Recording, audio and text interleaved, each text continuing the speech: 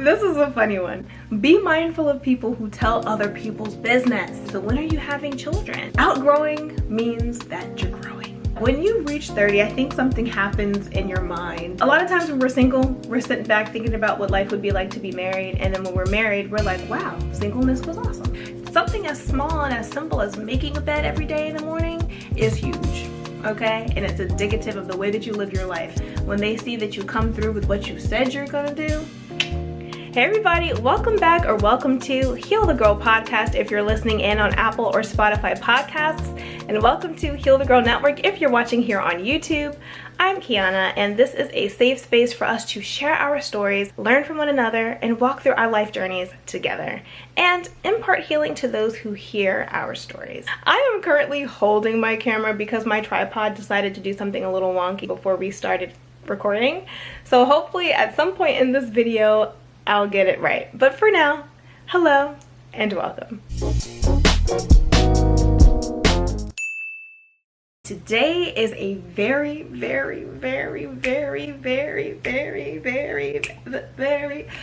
special video. I'm in a great mood, you guys. As you can see by today's title, I am talking about things that I've learned before turning 30, and this video is a long-awaited video. This is something I plan to do some time ago. I think maybe like when I turned 29. And since my 29th birthday, I started a list. But throughout my life, I have taken advice and I would write it down. I am somebody who journals, and it's been a beautiful journey to look back, reflect, and I'm so thankful that I've been a person who documented my life on paper. These are the things that have followed and stuck with me throughout the years. I am not mourning my 20s at all. I am thankful for each and every aspect, be it good or not that great, that has happened, and I am excited and I'm embracing my 30th chapter. So many good things have happened in my 20s. Unforgettable experiences, milestone moments in my life in my 20s, and it's been sweet. And I'm gonna unpack some of the words of wisdom, experiences that I've had, and we can walk this out together. In no particular order, I will be sharing some of the things that I've learned. Here we go. And I'm looking at my phone, you guys. I keep the notes in my phone. This one must come first, because it is paramount in my life and it will help you as well. Start your day with the Lord and intertwine him into your day all day long. Yes, I need the Lord. I talk to him all day, every day, you guys. Sometimes now more than ever. I used to drive in the car and play a lot of music and, you know, vibe out. And I still do that sometimes, but a lot of times now it's an opportunity where it's just quiet and we talk. And it's been beautiful, and that's something I would highly recommend to everybody do. Knowing him deeply will make all the difference in your life. We need the Lord to give us guidance. We need him to speak to us, lead us, quiet our spirit, and just all the things. And I'm a believer, I'm a Christian, and if you're watching this content, it is faith-based. So yeah, that's number one. Move your body, okay? Move your body. Even if it's a Zumba class or just staying active, running, walking, do something. Funny story, I was on the phone with my cousin yesterday. We all share October birthdays, my sister, my cousin, and I, and we were talking on the phone, and he's like, you're turning 30, you better start stretching. He's right. I mean, just like a couple months ago, I was kneeling down, like kind of squatting, probably cleaning up something or grabbing something from the floor, and I struggled to get up a little bit, and I was taken aback, like, wait a minute, no, like, this is too soon. But seriously, don't take your health for granted. Stay active. They say drink your water. Yes, stay hydrated, work out, do the things that are going to help you maintain health. Your relationships will change. And it's bittersweet. You know, there are some changes, transitions in your 20s that really do feel bittersweet, but your relationships are going to change. Some of the people that you thought would be with you into your 30s or what have you may not be. Life takes you in different directions, and sometimes it's for the best, and sometimes relationships come back around, and sometimes it's just the way of life, the ebbs and flows of life, which is we have some people with us long term and some seasonally, and that's okay. Invest in quality. This past year, my husband and I have done extensive research on cookware, and I know that might sound like kind of funny. It's like, what cookware? But yes, we had the pretty non-stick Teflon kind of dishes, and as cute and as nice as they are and convenient when it comes to like non-stick material, Teflon actually has a lot of chemicals in it, and it gets in your food, it gets into your body, and it's not good. And we decided to go with stainless steel. I know stainless steel can be intimidating, and it was for us because we share the tasks, but sometimes I'm in the kitchen more often and I'm like, I'm gonna be sitting there scrubbing a dish for 2 hours. I don't want to do that. But come to find out, when you learn about it, there's a way to use stainless steel in a way where it actually becomes non-stick. And I wish I had the footage, you guys. My pan has been almost black quite a few times, and it comes out. When it comes to stainless steel, it's all in the technique. Thank me later. But yes, you are responsible for the outcome of your life. We have people who walk life with us and help us along the way, but at the end of the day, there's no one who can do the work for you but you. So you have to show up, you have to do the work. Don't try to take the easy route. Anything worth having takes work. It's okay to pivot. There's no shame in figuring it out. Sometimes we don't know what we're doing. If you're someone who's had to pivot a few times, it's okay. Give yourself grace. There's nothing wrong with having to figure it out, and it's better than staying stagnant. You know, they say dust yourself off and try again. So that's what life is. We are multifaceted people, and sometimes we have to give a few things a try before something sticks. I remember when I first rolled out with Heal the Girl, I launched my website, but things had to pivot when the pandemic hit, and I shifted gears a little bit with the brand. The initial launch is not what the brand is currently. Things are in the works, but sometimes you just have to pivot in life. Give yourself grace and make those changes, make those tweaks, and keep showing up. You are your biggest competition. You are not in competition with anyone else on your left, on your right, in front of you, behind you. You are your own competition. You are running your own race. This race is between me and God. When we leave this earth, it's going to be about what we did, what impact we left. Comparison is the thief of joy. And there's no point in comparing your journey when each of us have our own one to walk. Hence, Heal the Girl. Let's take a walk in your shoes. It's cool to be inspired by what you see and to be positively influenced by others. I think that's healthy, but it's another thing when we begin to compare ourselves or feel like we're behind or feel like something's wrong in our lives when you really are not to be living this one's journey. Focus on your personal journey that God has you on. And that is why I said earlier in the video that spending time with Him is so important, because He leads you, directs you, and guides you into the purpose for your life. And again, we are multifaceted people. There might be multiple things He has you do. So it's important to focus on your unique journey. Cherish your elders. The advice from the seasoned ones, the ones who have been a part of this life way longer than we have, their advice is valuable. It is wisdom. They know things we don't know. I have a friend who is 79 years old, and we talk for hours. She's a sister in Christ to me. She's got a lot of wisdom, and I don't take for granted those that have come before me. There's always something to learn from people, and we're constantly learning. We're constantly evolving. But I would just say cherish the gems that you get from your elders, because there's something special about it. Sometimes they see things that you can't see yourself yet, and hindsight is always 20/20. So they're gonna tell you the things that they wish they knew at your age, at our age. Be honest with your friends. This one really hit home for me because there was a particular circumstance in my life where I kind of left my friend hanging. She wanted me to come to this party and I wasn't comfortable. You know, I thought that there were going to be different things happening that I wasn't fully comfortable with.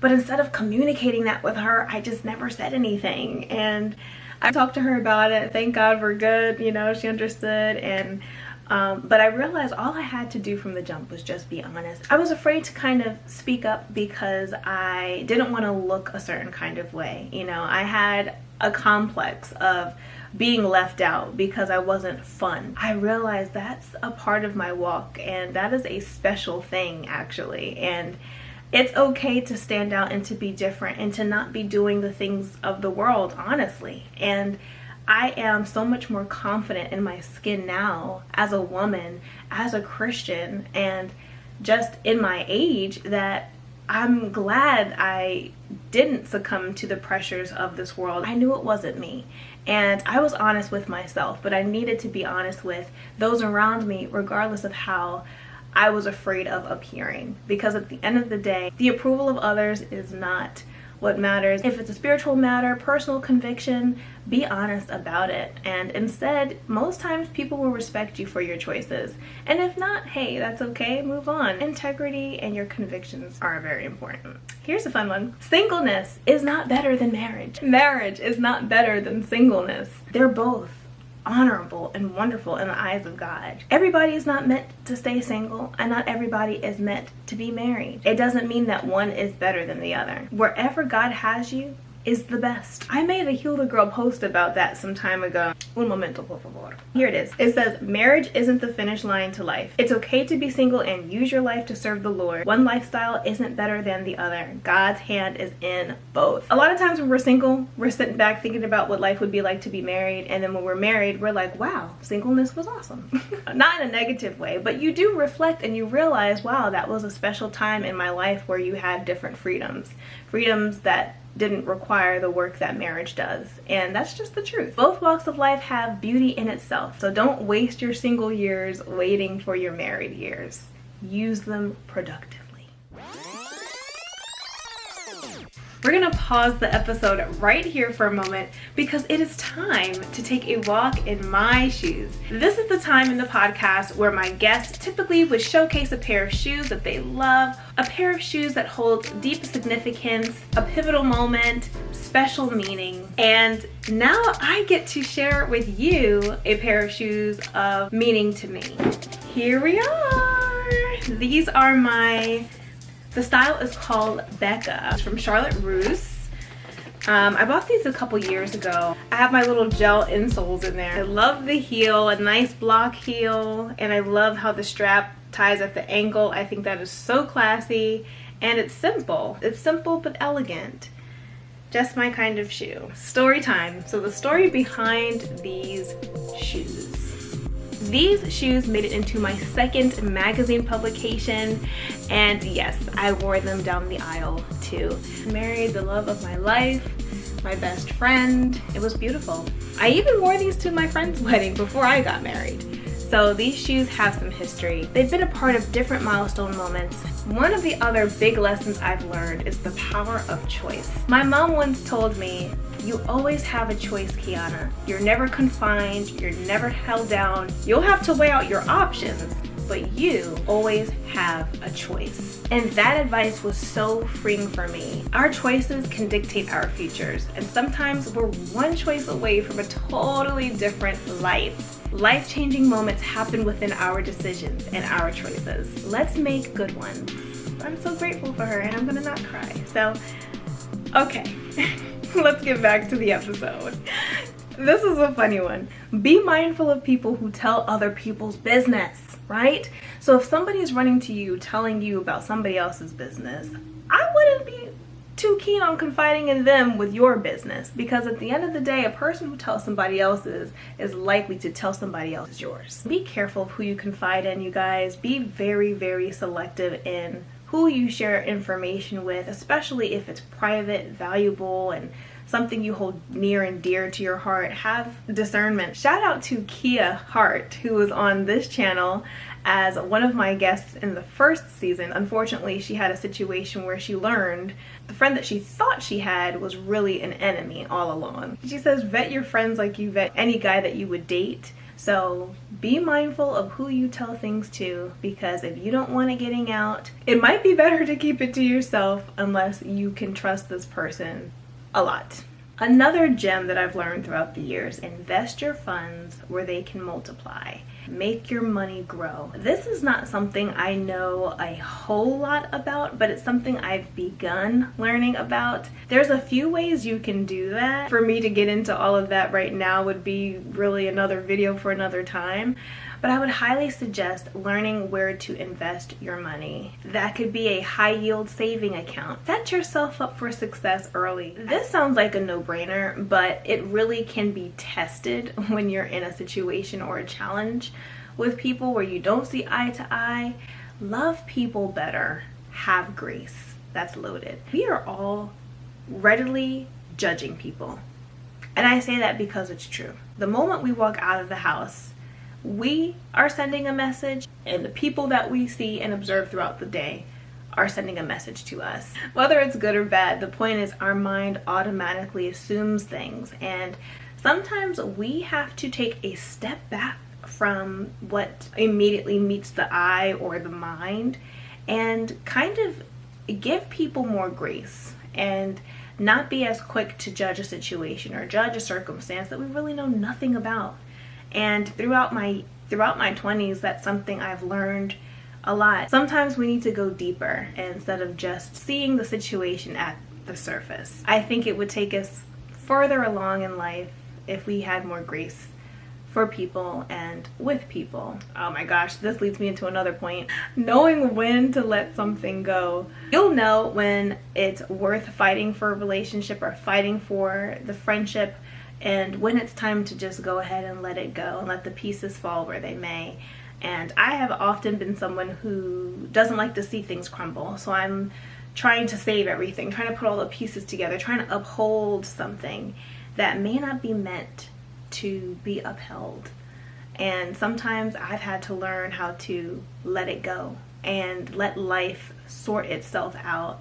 Let the chips fall where they may. You will outgrow people, places, and things. And sometimes it's a place, sometimes it's a job, sometimes you're like, you know what, this really isn't for me.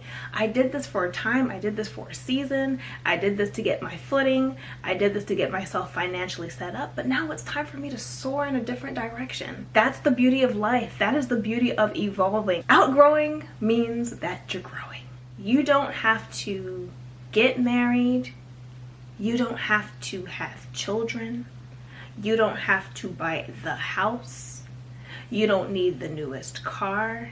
Let your life unfold the way it's supposed to for your journey. Again, similar to running your own race. I'll speak for myself. When you get married, a lot of people ask you, so when are you having children? You know, are you guys gonna have children? Hey, are you pregnant? Are you pregnant yet? Do I see a bump? Girl, I've gotten all of that. And the truth is, that is really a personal decision between husband and wife. And there's nothing wrong with people. I personally don't get bent out of shape when people ask that because it's a natural question. I see that as it comes with the territory, you know? But at the end of the day, there is a pressure on women and married couples to produce children fresh into their marriage or at all. And I believe that's a personal decision. And I say, if you are not ready, if you don't feel equipped, if you don't want or desire children, to be honest about that. The Bible speaks of children being blessings, and they are. And in no way am I disagreeing with that. But I also believe that not everyone is meant to bear children. Sometimes your role is to be a mother to a child who already exists. That could be adoption, that could be mentorship, taking someone under your wings and helping them learn things. There are other ways that we are mothers and teachers and parents, so to speak, in the community. All that matters is that you and your spouse are on the same page about it. Don't succumb to the pressures of the world just because they say you should, just because they think you should, just because it looks nice. It's work. Marriage is work. Raising a child is work. I am enjoying my auntie godmommy season.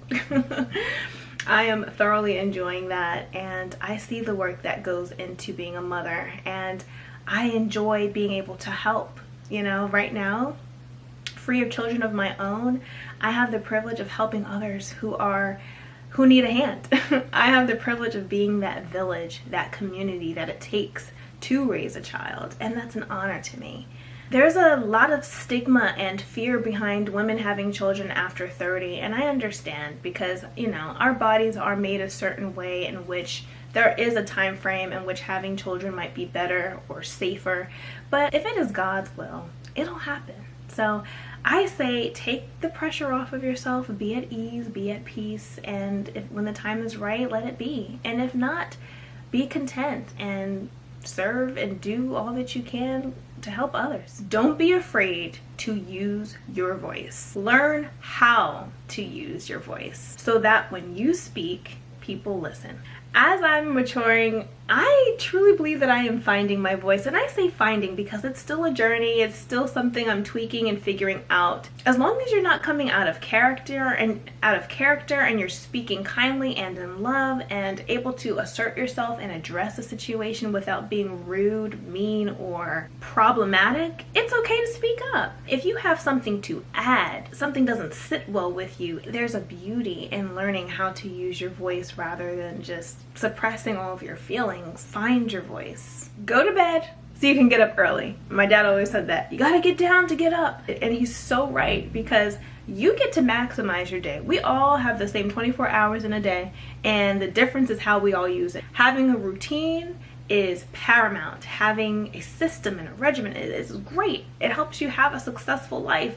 Something as small and as simple as making a bed every day in the morning is huge. Okay, and it's indicative of the way that you live your life. So I would say have a routine, have a pattern of success. People respect a person who's on time. I'm just saying. Be a person of your word and be aware of your time. Being a person of your word speaks a lot to your character and to your integrity. If you are a person of your word, I'm telling you now, people respect you. When they see that you come through with what you said you're gonna do, that's good. All right, you guys, we are starting to wrap up this video, but here's another good one. Don't expect you from people. And I think I've seen this quote online before, but it's really, really good because a lot of times we project the same things that we want back in return. And what we have to do is learn how to love without condition. Love unconditionally, care unconditionally, give unconditionally without the thought of it coming back. And sometimes we expect people to be like us or to think like us, and that's just not realistic. We're made differently. I don't know how many tips I gave, but I really hope that you all enjoyed this time to go down memory lane with me and hopefully do some reflecting within yourself to see areas that you could stand to improve on. If you're somebody who is a 94 kid and you are getting ready to turn 30 or you already have, let's embrace this next chapter with glee and be excited for what God has in store for us, because we're just getting started. There's so much more life to live and I'm excited for it. My birthday's towards the end of October, so God be willing, I'll see it and I'll be 30 the next time I create another video. I hope you enjoyed this episode. Share this content with a friend and leave some comments below about your experiences in life, whether you're over 30, under 30. I really want to hear from you. Subscribe to the channel for more content like this. If you like what you see, there's more in store. Until next time, thank you all so much for watching. Happy birthday to me!